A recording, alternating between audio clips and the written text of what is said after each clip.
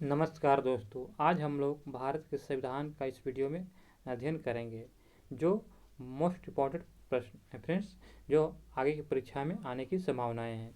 चलिए आज के हम सेशन को शुरू करते हैं। हमारा पहला प्रश्न दिया गया है कि अन्य पहलुओं के बीच प्रशासनिक सुधारों पर अपनी रिपोर्ट में वीरप्पा मोइली कमीशन द्वारा निम्नलिखित में से किस अनुच्छेद का सुझाव दिया गया था फ्रेंड। तो आपका इसका राइट आंसर हो जाएगा ऑप्शन नंबर बी, अनुच्छेद 310 से 311 के बीच। ऑप्शन नंबर 20 का राइट आंसर हो जाएगा। नेक्स्ट प्रश्न दिया गया कि भारत में लोकसभा में पहला अविश्वास प्रस्ताव कब आया था फ्रेंड।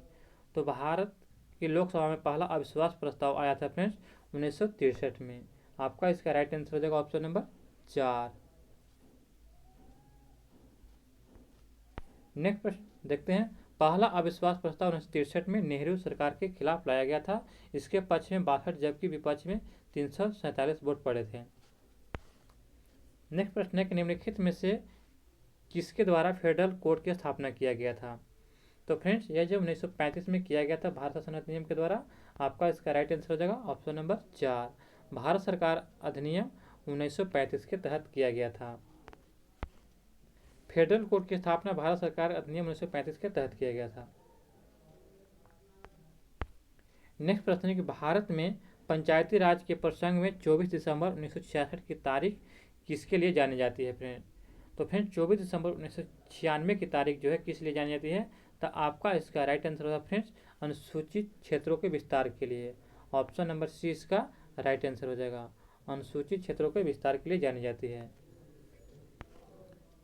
24 दिसंबर 1996 को अनुसूचित क्षेत्र के विस्तार करने वाला पंचायत अधिनियम 1996 में पारित किया गया था।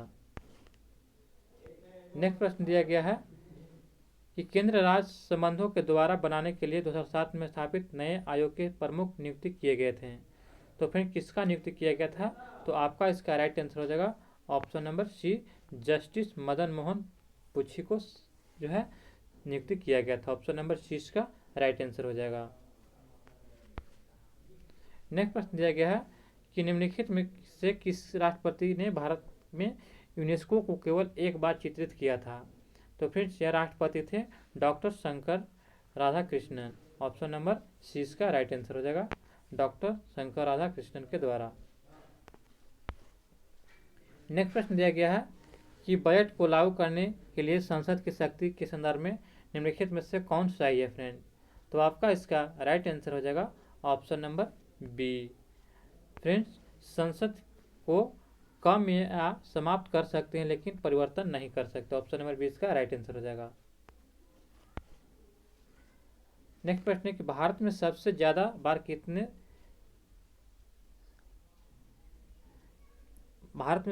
बार कितने बार आपातकाल लागू किया गया था फ्रेंड्स, इसको बताना है। सबसे ज्यादा कौन लागू किया गया है। तो फ्रेंड्स आपका इसका राइट आंसर क्या हो जाएगा ऑप्शन नंबर बी, यानी कि संवैधानिक आपातकाल लागू किया गया था। सबसे अधिक बार जो संवैधानिक आपातकाल लागू किया गया है। भारत में सबसे अधिक बार संवैधानिक स्थिति लागू किया गया, ये याद रखिएगा।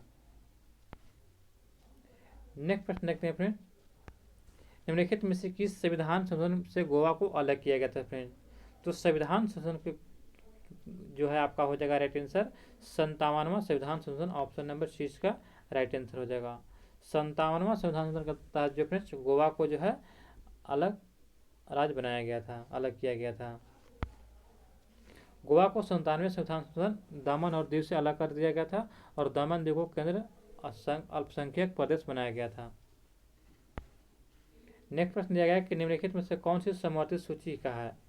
तो फ्रेंड्स समवर्ती सूची का है तो आपका इसका राइट आंसर हो जाएगा तो दिवालिया और जो है आपका इसका राइट आंसर, और ये दिवालिया और जो है समाधान कार्रवाई जो है समवर्ती सूची के अंतर्गत आता है।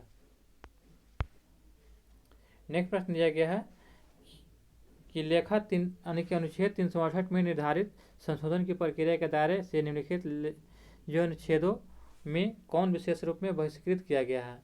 लेखा मतलब फ्रेंड्स अनुच्छेद है दिया गया है तो आपका इसका राइट आंसर हो जाएगा ऑप्शन नंबर सी, अनुच्छेद जो है 169। ऑप्शन नंबर सी इसका राइट आंसर हो जाएगा। नेक्स्ट प्रश्न दिया गया है, प्रादेशिक पुनर्गठन अधिनियम के भाग 3 द्वारा किसका गठन किया गया था? तो फ्रेंड्स यह जो है जोनल काउंसिलिंग का गठन किया गया था। ऑप्शन नंबर 20 का राइट आंसर हो जाएगा।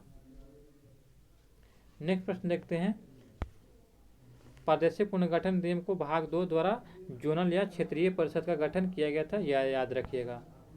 नेक्स्ट प्रश्न है कि निम्नलिखित में से कौन सा कथन सही नहीं है? तो फ्रेंड्स इसका आपका राइट आंसर हो जाएगा, यह जो है सभी सही है। फ्रेंड क्या हो जाएगा? यह सभी सही है। अनुच्छेद 19 द्वारा मौलिक स्वतंत्रता पूर्ण नहीं है। बी में दिया गया है कि अनुच्छेद जो है 19 और 22 व्यक्तिगत स्वतंत्रता से संबंधित है, और सी दिया है कि अनुच्छेद जो है 19 सभा की स्वतंत्रता से संबंधित है। बिल्कुल सही है फ्रेंड्स, लेखा जोखा फ्रेंड्स अनुच्छेद को बोला जाता है। चलिए अगला प्रश्न देखते हैं, निम्नलिखित में से किस राष्ट्रपति के प्रसाद पर्यंत अस्थायी नहीं होता है? तो फ्रेंड्स राष्ट्रपति के प्रसाद पर्यंत भारत के महनवादी नहीं होते हैं। ऑप्शन नंबर जो 4 इसका राइट आंसर हो जाएगा। भारत का महनवादी भारत का मुख्य कानूनी सलाहकार होता है और सर्वोच्च न्यायालय के सरकार का प्रमुख वकील भी होता है। अगला प्रश्न है कि निःशुल्क और अनिवार्य शिक्षा अधिनियम बच्चों के अधिकारों के लिए निम्नलिखित दावों में से कौन सा वर्ग स्कूल में प्रवेश परीक्षा आयोजित करने से रोक सकता है? तो फ्रेंड्स आपका सेक्शन बताना है, तो आपका इसका राइट आंसर हो जाएगा ऑप्शन नंबर 4 सेक्शन 14। सेक्शन 14 जो होता है फ्रेंड्स, ये निःशुल्क और अनिवार्य शिक्षा अधिनियम के तहत जो है बच्चों को दावा करने या वर्ग स्कूल में प्रवेश परीक्षा को आयोजित करने से रोक लगा सकता है। अगला प्रश्न है, निम्नलिखित में से एकमात्र गलत को छांटिए।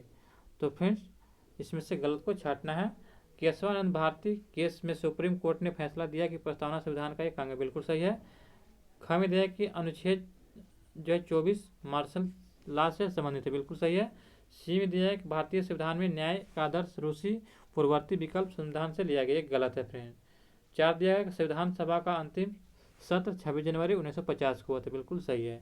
तो आपका इसका राइट आंसर हो जाएगा ऑप्शन नंबर सी, ये बिल्कुल गलत है।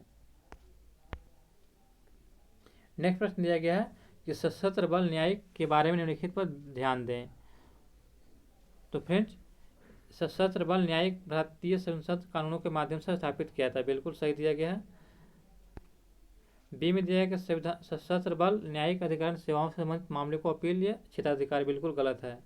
3 में दिया है कि सशस्त्र बल न्यायिक अधिकरण के पास न्यायालय और जो मार्शल से संबंधित मामले में मूल अधिकार क्षेत्र है, ये भी गलत है। तो आपका इसका राइट आंसर हो जाएगा ऑप्शन नंबर ए, सिर्फ एक सही है फ्रेंड।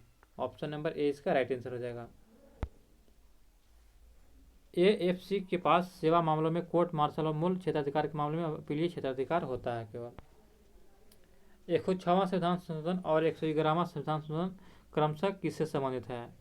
तो फ्रेंड्स आपका इसका राइट आंसर हो जाएगा सहभागी समिति और सहभागी समिति से। याद रखिए ऑप्शन नंबर 4 इसका राइट आंसर हो जाएगा। 106वां संविधान संशोधन 22 मई 2006 को स्वैच्छिक स्वायत्ता और स्वायत्त कार्य लोकतांत्रिक नियंत्रण और प्रबंधन के माध्यम से आपराधिक को वोट देने का उद्देश्य पेश किया गया था, और पास होने के लिए सोमवार को चर्चा नहीं की जा सकती थी। 18/5/2009 को 14वीं लोकसभा का पद समापन हो गया था, और जो है संविधान में संशोधन के लिए संक्षिप्त को फिर से प्रस्तुत करने का निर्णय लिया गया। इसके अनुरूप जो है 30/9/2009 को दिसंबर में संविधान का 11वां संशोधन किया गया था। आगे प्रश्न दिया गया कि भारत में राजनीतिक दल की सही परिभाषा क्या है?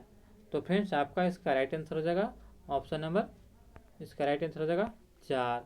संविधान की जो है राजनीतिक दल का अर्थ होता है भारत के व्यक्तिगत नागरिकों का एक संघ या निकाय चुनाव आयोग के साथ 1951 की धारा 29A के एक राजनीतिक दल के तहत जो है यह राजनीतिक दल के रूप में पंजीकृत किया गया था। जनप्रतिनिधि अधिनियम 1951 की धारा 29A के कहना था कि राजनीतिक दल के रूप में संघों की निकाय के चुनाव आयोग के साथ पंजीकृत होना चाहिए, और भारत के व्यक्तिगत नागरिकों का कोई भी संगठन या निकाय स्वयं को एवं राजनीतिक दल कहता है। इस हिस्से को हित का लाभ उठाने का इरादा रखता है, और इस अधिनियम के लिए अपील के लिए राजनीतिक दल के रूप में पंजीकृत के लिए चुनाव आयोग के आवेदन करना होता है। चलिए अगला प्रश्न देखते हैं, निम्नलिखित में से कौन सा कानून भारत की संसद द्वारा नहीं बनाया गया था। तो फ्रेंड्स मकोका जो है फ्रेंड्स ये भारतीय संसद द्वारा नहीं बनाया गया था। ऑप्शन नंबर सी इसका राइट आंसर हो जाएगा। मकोका महाराष्ट्र संगठित अपराध नियंत्रक अधिनियम है जो महाराष्ट्र सरकार का अधिनियम है। नेक्स्ट प्रश्न दिया गया है कि निम्नलिखित पर ध्यान दें फ्रेंड। तो एक दिया गया है कि प्रस्तावना 2 में दिया गया मौलिक अधिकार, 3 में दिएगा मौलिक कर्तव्य, 4 में दिएगा राज्य के नीति निषेधक सिद्धांत। लैंगिक समानता का सिद्धांत इसमें किसमें है? तो फ्रेंड्स आपका इसका लैंगिक समानता का सिद्धांत इसमें क्या हो जाएगा? तो आपका इसका राइट आंसर ऑप्शन नंबर 4 सभी में है। सभी भाग लैंगिक समानता के बारे में बात करते हैं। संविधान न केवल महिलाओं को समानता प्रदान करता है बल्कि महिलाओं के पक्ष में सकारात्मक भेदभाव के उपायों को गोद लेने का भी अधिकार देता है। कृपया ध्यान दें कि महिलाओं मौलिक कर्तव्यों की गरिमा के लिए अपमानजनक बयान को त्यागने के लिए बोलती है, जो स्पष्ट घोषणा की बजाय संकीर्ण विचार की ओर ले जाती है। नेक्स्ट प्रश्न है कि 1986 में नियामक अधिनियम के विभिन्न संशोधनों के परिणाम निम्नलिखित हैं। तो फ्रेंड्स परिणाम निम्नलिखित हैं। तो आपका दिया गया है कि द्विवार्षिक है, ये बिल्कुल गलत है। 18 साल की उम्र के सही सर्वेक्षण है, बिल्कुल गलत है। 3 में दिया कि श्रीलंका बांग्लादेश आदि के संरक्षण शरणार्थियों द्वारा प्राप्त करने में बहुमत अधिक है। तो आपका इसका राइट आंसर हो जाएगा ऑप्शन नंबर सी केवल 3। नेक्स्ट प्रश्न है फ्रेंड्स, देखते हैं। पहली बार बात यह हमें ध्यान रखना होगा कि भारत के संविधान में पूरे देश के लिए एक प्रस्ताव दिया गया है।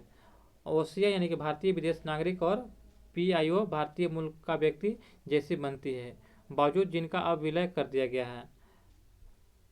है। भारत में कोई दोहरा समझौता नहीं है।